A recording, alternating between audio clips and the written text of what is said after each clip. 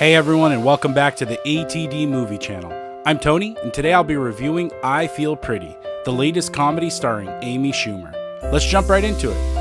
So, it's important to note that I'm a huge fan of Amy Schumer. I loved her TV show. I don't know if it's been renewed or not, but it was on Comedy Central, and I love her stand-up comedies. You can find them on Netflix, as well as Trainwreck, really her sort of first feature film. I think she is transcending comedy for not just females, but really comedians everywhere by talking about things that a lot of comedians are too cowardly to talk about. So I want to start with that. I think she is a fantastic comedian and a pretty good actress too. I just don't think this is a very great movie. But with that being said, it's very funny. And let me talk to you a little bit about what I liked about the movie. Obviously, Amy Schumer. She is in every single scene in the film. And the type of comedy and both physical and dialogue is really, it's special because of her. Not very many actresses could have been cast that could have pulled this movie off. And very few comedians, male or female, could have been in a role like this and pulled it off. And I think she does really, really good work here. But the movie's just not that great, and I'll get into the details why. Also starring in the movie is Michelle Williams, and she gets to do something a little bit different in her career. I don't see her in a ton of comedies. We saw her in The Greatest Showman, All the Money in the World. We see her in sort of more dramatic roles, and she seems to always be nominated for some sort of an award. But here she gets to kind of test her acting chops. There's not a lot of comedy based around her character, but they tried something different, and I don't think it's a spoiler, but this character has a really hard time projecting her voice, and so she speaks almost like a whisper, and it's a funny shtick pretty much throughout the movie. But I like that it's more of a metaphor for what different women battle with in their day-to-day lives. The Michelle Williams character just so happens to battle a voice that she despises. Some women are more conscious of their body type and their figure.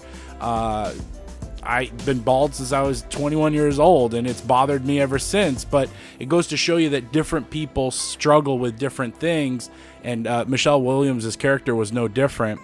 The male love interest is played by Rory Scovel. He's really funny. He had a bit role in last summer's The House, starring Will Ferrell, and he's really good in this movie. And I like how the movie sort of plays with the gender roles in this film, where we often see a very strong masculine male going after a sort of reserved female. It's the exact opposite in this movie, and it takes a good actor like Rory Scovel to be able to pull this off and still keep it believable.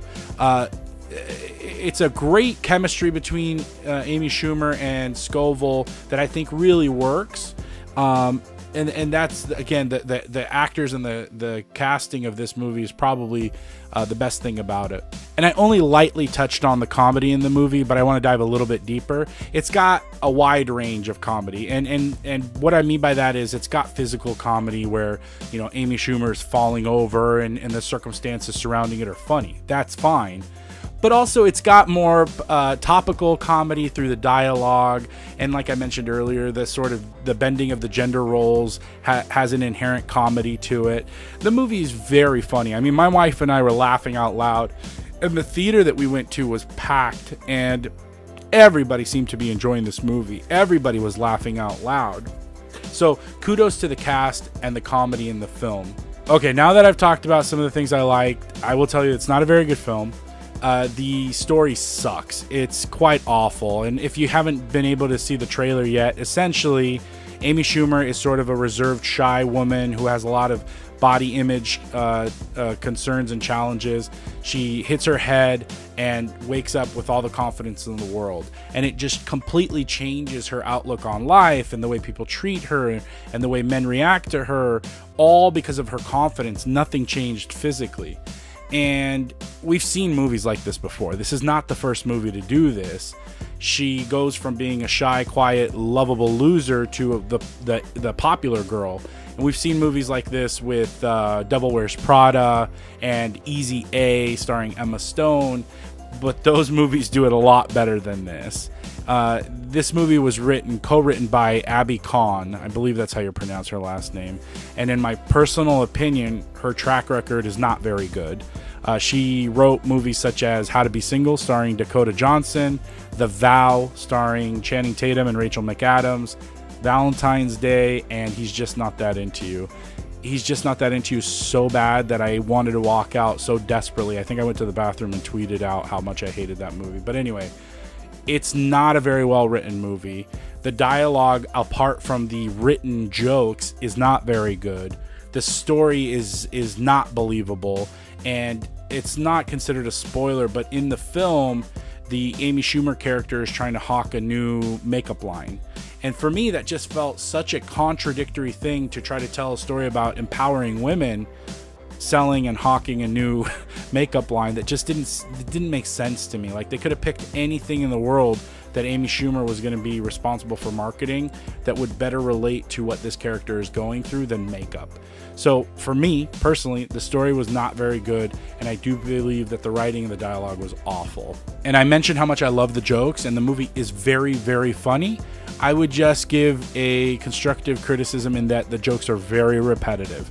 They're funny every time, but they're very repetitive.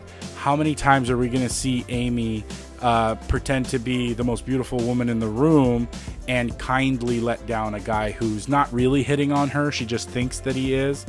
So there's a couple of those circumstances where it's the same joke in just a different setting or with a different person, and it really does play out over a while. I mean, it's not funny the 30th time that she talks down to her two friends about how gorgeous she is. It's just not funny at a certain point, and I believe that they dragged it out a little bit too long. As I've mentioned, and in summary, this is nothing new to the romantic comedy genre. There's movies that have done it and done it much better. This brings nothing new to the table. I do think that Amy Schumer is hilarious, both in this film and outside of this film, and I do think that there's a ton of great jokes in the film, but overall, it's just not very good, and I can't recommend it. Wait till it hits a streaming service and check it out. But if you have seen it, let me know what you think in the comments below. And if you like the review, give me a thumbs up. And don't forget to subscribe to the channel to be notified of content uploaded regularly. You can find other movie reviews on the channel as well. Thanks for watching my review for I Feel Pretty. I'll talk to you soon.